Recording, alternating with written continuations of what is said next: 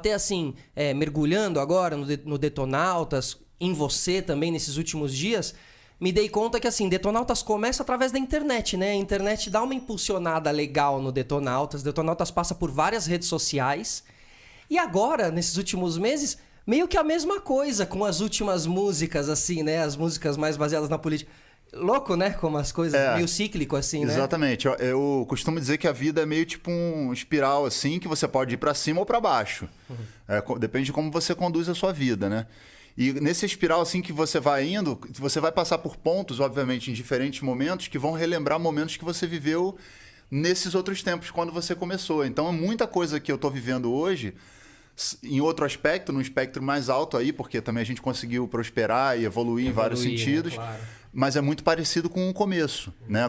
E aí você vai identificando esses pontos no espiral, que isso faz também com que você possa ter a oportunidade de, se você errou em algum momento, você nessa outra volta você falar, não, agora aqui eu já sei que eu dei mole, então não vou errar. Total. E eu errei muito, né, lá atrás. Então eu hoje tenho muito cuidado, porque eu, observando essa forma, né, da vida, do espiral e dos pontos que você repassa, falo, pô, aqui eu não posso dar um mole de novo. Então você amadurece e aí você consegue fazer de uma maneira diferente, né? Porque quando começa o Detonautas, você tinha quantos anos ali? Eu comecei o Detonautas em 97, eu tinha 20 anos. 20 anos. Quando você tava ali na MTV fazendo VMB e tudo mais, você tinha quantos anos? Eu tinha 25, 24, 26. Moleque, né? Muito. Hoje com 43, eu olho para um cara de 23, de 22, e sem querer desmerecer a idade de ninguém, porque eu acho que a questão está muito mais também na sua maturidade, etc. Mas é aquilo, né, cara? Você começa a viver uma vida que é o teu sonho. Né? E o sonho... Eu comecei a gostar de música gringa pela MTV por conta dos anos 80, ali no final dos anos 80, que, pô, eu assisti a MTV o dia inteiro. A MTV me formou musicalmente. E era meio a internet, assim, da molecada da época, né? Exatamente. Ela ditava comportamento. Exato. As bandas que eu passei a gostar... Porque antes eu ouvia muito rock brasileiro por causa da rádio. E a partir da MTV eu começo a ter acesso a um conteúdo de clipe, né? E você vê a estética, o visual e tal. E aí aquilo ali me pirou, né, cara? Eu falei, porra, eu quero isso que eu quero ser pra minha vida. Então meu sonho era ter... eu, de alguma maneira, naquele Mzinho da MTV. Lógico. Né? Simbólico, né? Tinha um simbolismo foda, né? Sim. E aí, primeira vez que você vê lá com o Mzinho? Foi muito legal, que a gente ainda era independente quando a gente conseguiu fazer o primeiro clipe. A gente fez um clipe numa festa fantasia que teve no Metropolitan, que era uma casa no Rio de Janeiro, que depois teve vários nomes, que era uma casa clássica, assim. Era uma festa de uma escola, uma universidade, não me lembro. E ninguém conhecia a gente era uma banda que tocava autoral, a gente não fazia cover. Então a gente subiu num palco gigantesco, que era um palco clássico do Rio de Janeiro, de bandas grandes, etc. E fizemos o nosso show autoral. Rockzão. Então o nego tava passeando, todo mundo se divertindo, a gente olhando lá, o vampiro andando pra um lado, bate-bola, não sei o quê, os caras, as fantasias muito loucas, e a gente fazendo a nossa performance. Desse dia a gente gravou um clipe de uma música chamada No Way Out, que era uma música do Detonautas que a gente misturava um pouco de eletrônico com rock, que era uma coisa que a gente estava introduzindo, pegando já as influências daquela época, do início dos anos 2000. E aí a gente mandou pra MTV esse clipe, ao vivo. E foi a primeira vez que eu vi um clipe do Detonautas na MTV com o Mzinho da MTV. Eu falei, puta, conseguimos. Vocês mandaram meio na fé mesmo, assim. Mandaram lá pra MTV, assim. A MTV passava de madrugada, uns clipes meio alternativos, justo, assim, umas bandas independentes e tal. Então a gente ficava de madrugada esperando o momento, e aí um dia a gente viu. E, pô, foi muito emocionante, porque MTV é MTV, né, cara? Claro, e você participou... Você jogou Rock Go? Joguei. E aí, que memórias que você tem de Rock Go ali?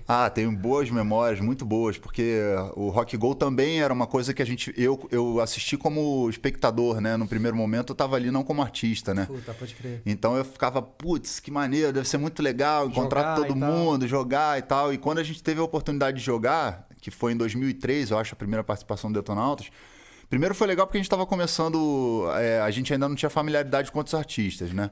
Então você entra meio sem conhecer a galera. Todo mundo já se conhecia, aquela coisa toda, e você fica meio... quietinho, né?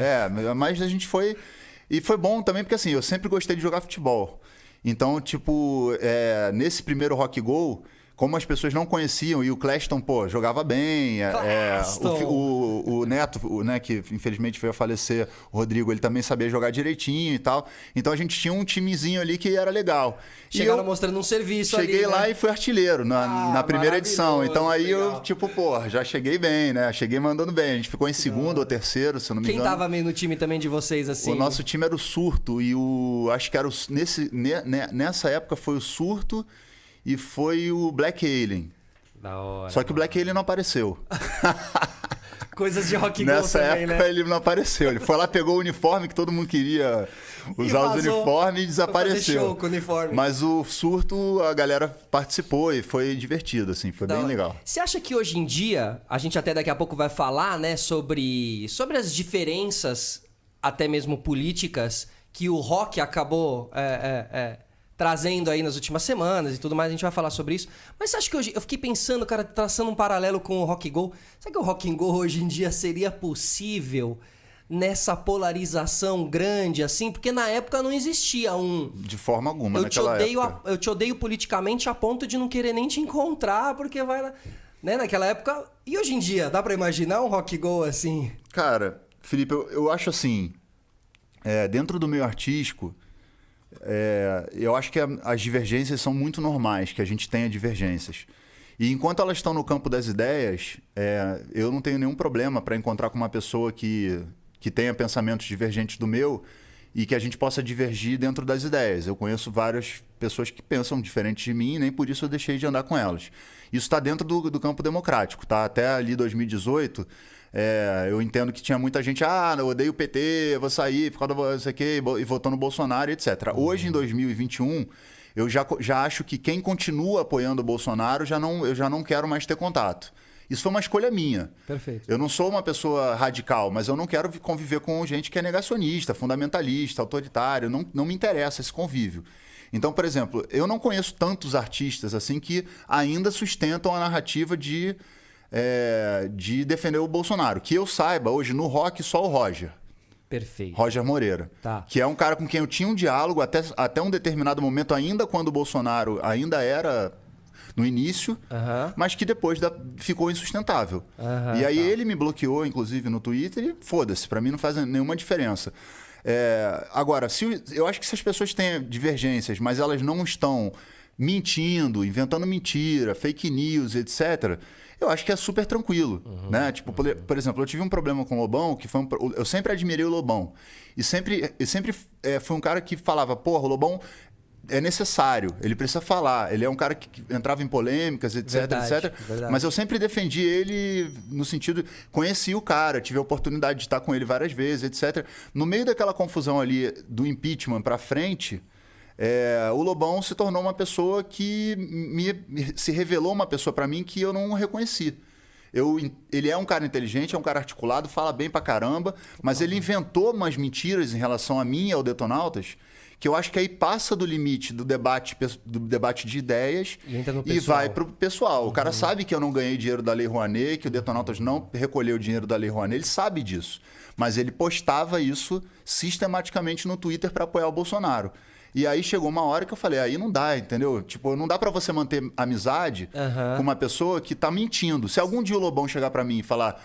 Eu não sei se ele tem essa humildade, mas se algum dia ele chegasse pra mim e falasse, pô, cara, eu queria me desculpar porque o Alexandre Frota, por exemplo, se desculpou das mentiras que ele falou. Vocês chegaram a trocar uma ideia? Eu cheguei a trocar uma ideia assim, beleza, cara, a gente tem algumas coisas pendências pra resolver, porque não é tão simples assim, os problemas que foram causados na minha vida foram muito graves pelas mentiras que foram passadas, então eu preciso resolver isso, eu não quero ficar arrastando, porque eu não sou esse tipo de pessoa, mas o cara teve a humildade de pedir desculpa. Se algum dia o Lobão chegar e falar, pô, eu quero me desculpar porque eu menti, porque ele mentiu, eu não vou ter nenhum problema para trocar uma ideia com ele. Se a gente divergir, a gente vai divergir. Isso foi 2018, ali no ápice? Não, isso foi antes. Foi 2000. Na época do impeachment para frente, ali quando começa a movimentação do impeachment, o Lobão foi um entusiasta muito ferrenho do bolsonarismo. E depois ele se decepcionou. E ele é inteligente o suficiente para se decepcionar. Porque qualquer pessoa que tenha minimamente uma concepção de ver o que está acontecendo vai se decepcionar. Sim. Mas só que o problema com o Lobão foi que ele mentiu. E a mentira, eu acho que não está dentro do campo. Eu não inventaria uma mentira sua para tirar sua credibilidade e jogar contra você porque eu sou o seu adversário político. Claro. Então, para poder voltar esse papo, ele vai ter que reconhecer que ele mentiu e vai ter que chegar para mim e se interessar a ele, porque pode não interessar e falar, não quero nenhum papo contigo, Santa Cruz. O que é uma pena, porque eu admiro ele, o trabalho dele como artista. Mas você buscaria a conversa ou... Lógico. Se ele tivesse o reconhecimento de falar, né, comigo, pô, cara, eu vacilei. Ele chamou o Detonautas de robonautas, cara. Como se a gente tivesse roubado o dinheiro da Lei Rouanet. Então, assim, não é uma coisa brincadeira, é uma coisa grave. Né? Eu poderia ter levado ele pra justiça. E a banda ficou puta. Óbvio, todo mundo ficou decepcionado. Porque uma coisa é a discussão sobre política, outra coisa é você inventar uma coisa de uma pessoa. Então, se algum dia o Lobão quiser, e eu deixo o recado aqui, eu nunca falei sobre isso. Se algum dia o Lobão quiser trocar uma ideia e se desculpar publicamente, eu tô aberto, porque eu gosto dele como mente pensante. Mesmo ele tendo defendido o Bolsonaro e tendo cometendo os equívocos, acho que as pessoas cometem equívocos, eu não tô aqui para julgar ninguém. Né? Agora, tem um determinado lugar que dali para frente não dá. Né? Aí a gente tem que ter uma linha para dividir. Ó, daqui para cá, ok. Do campo democrático para cá, a gente fala com todo mundo. Perfeito. Qualquer pessoa. Então, o Rock Go seria possível? Seria. Porque eu acho que a grande maioria das pessoas tem o bom senso de trocar essa ideia de uma forma mais ponderada. E acho até que a classe artística se envolve muito pouco. Principalmente o rock.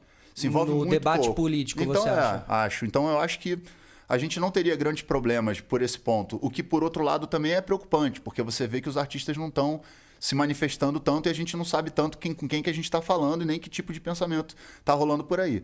Hoje eu vejo o Badawi se posicionando, vejo alguns amigos se posicionando com um pouco mais de... Não tão intensamente, nem são obrigados, né, a se posicionar de nenhuma forma, né, mas eu vejo o Egípcio se posicionando, o Dinho se posicionando, algumas pessoas até que naquela época se posicionaram de forma oposta à minha, inclusive, e eu acho que é saudável a gente mudar de ideia. Sim, eu também acho. Claro, eu também acho, assim. Eu acho que a política é preciso maturidade, assim, né, cara? É preciso consciência, assim, sabe?